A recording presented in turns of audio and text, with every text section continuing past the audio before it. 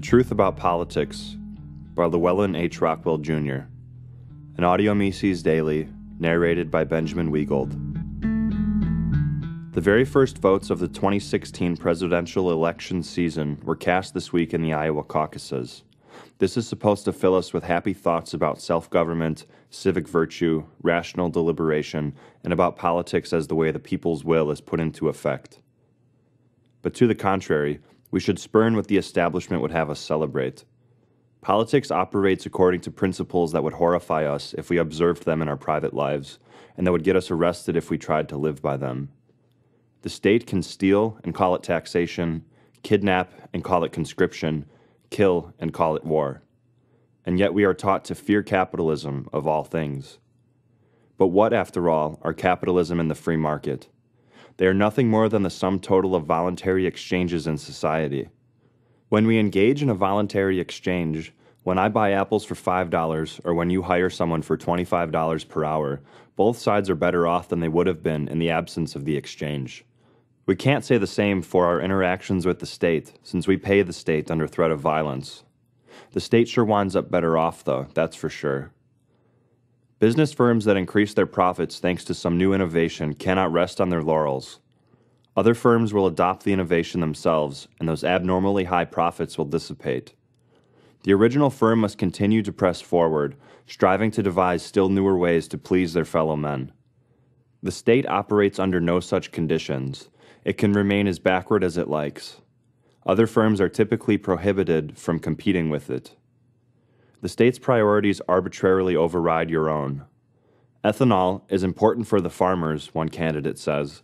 So because the state has decided some interest groups' foolish and economically nonsensical pet project is important, what you yourself would have preferred to do with your money is simply set aside and ignored, and you are forced to subsidize what the state seeks to privilege. Our schools and media portray corporations as sinister and government as benign.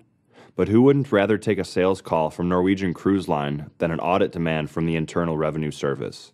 Or imagine if a corporation fabricated a web of untruths, used them as a pretext to launch a violent attack on a people that had never caused Americans any harm, and brought about as many as 1 million deaths and millions more internal and external refugees.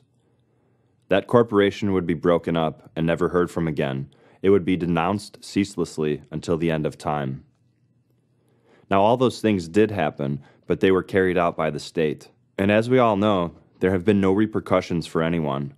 No one has been punished. In fact, the perpetrators earn 6-figure speaking fees. The whole thing is shrugged off as at worst an honest mistake. Some people are still outraged by it, but even they seem to take for granted that there's really nothing that can be done about behavior like this on the part of the American regime. Imagine there were a corporation that was somehow so entrenched that despite being responsible for a staggering death toll, it evaded all responsibility and simply carried on as before. The outrage would be deafening and overwhelming. But so relentless has been the propaganda, ever since all of us were children, about the state's benign nature that many people simply cannot bring themselves to think as badly about the state as they have been taught to think about corporations, even though the crimes of the state put to shame all the misdeeds of all existing corporations put together. Meanwhile, opponents of the state are routinely portrayed as incorrigible misanthropes, when in fact, in the light of the state's true nature, we are mankind's greatest advocates. The market brings people together. People of divergent and sometimes antagonistic racial, religious, and philosophical backgrounds are happy to trade with one another. Beyond that, the international division of labor, as it exists today, is the greatest and most extraordinary example of human cooperation in the history of the world. Countless firms produce countless intermediate goods that eventually combine to become finished consumer products, and the entire structure of production and all its complexity is aimed at satisfying consumer preferences as effectively as possible. The state, on the other hand, pits us against each other. If one of us wins a state favor, it comes at the expense of everyone else. For one group to be benefited, another must first be expropriated. At one time or another, the state has pitted the old against the young, blacks against whites, the poor against the rich, the industrialists against agriculture, women against men. Meanwhile, all the anti-social effort devoted to extracting favors from the state is effort that is not available to produce goods and services and increase the general prosperity. The market is about anticipating the needs of our fellow men and exerting ourselves to meet those needs in the most cost-effective manner. In other words, by wasting the fewest possible resources and making what we offer as affordable as we can for those we serve. But we need the state, virtually everyone tells us. Whether it's monopoly or drugs, the bad guys overseas, or the scores of other boogeymen the state uses to justify itself, we're constantly being reminded of why the state is supposed to be indispensable. To be sure, these and other rationales for the state sound plausible enough, which is why the state and its apologists use them. But the first halting steps toward intellectual liberation come when someone considers the possibility that the truth about these things might be different from what he hears on TV or learned in school. The small minority of people who administer the state with funds expropriated by the productive private sector need to justify the situation, lest the public become restless or entertain subversive ideas about the real relationship between the state and themselves. And this is where the state's various platitudes about the people governing themselves, or taxation being voluntary, or government employees being the servants of the people, enter the picture. Think for a moment just about this last claim, that government employees are our servants. These people staff an institution that decides how much of our income and wealth to expropriate in order to fund itself. They will imprison us if we do not pay, and we are to believe that these people are our servants? For those not gullible enough to fall for such a transparent canard, the rationales become mildly more sophisticated. All right, the state may say, it's not quite right to say that the people govern themselves. But, they hasten to add, we can offer the next best thing.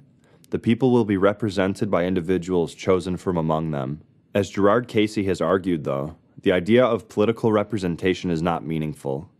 When an agent represents a business owner in a negotiation, he ensures that the owner's interests are pursued. If the owner's interests are defended only weakly, ignored, or downright defied, the owner chooses different representation. None of this bears any resemblance to political representation. Here, a so-called representative is chosen by some people but actively opposed by others. Yet he is said to represent all of them. But how can this be when he can't possibly know them all, and even if he did, he'd discover they have mutually exclusive views and priorities? Even if we focus entirely on those people who did vote for the representative, is their vote supposed to imply consent to his every decision?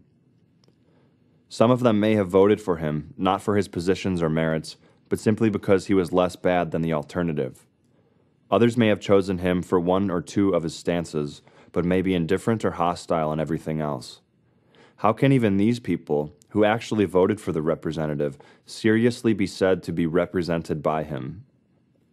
But the idea of political representation, while meaningless, is not without its usefulness to the modern state. It helps to conceal the brute fact that despite all the talk about popular rule and governing ourselves, even the free societies of the West amount to some people ruling and others being ruled. When the results are announced this primary season amid cheers and celebration, then remember what it all represents. The triumph of compulsion over cooperation, coercion over freedom, and propaganda over truth.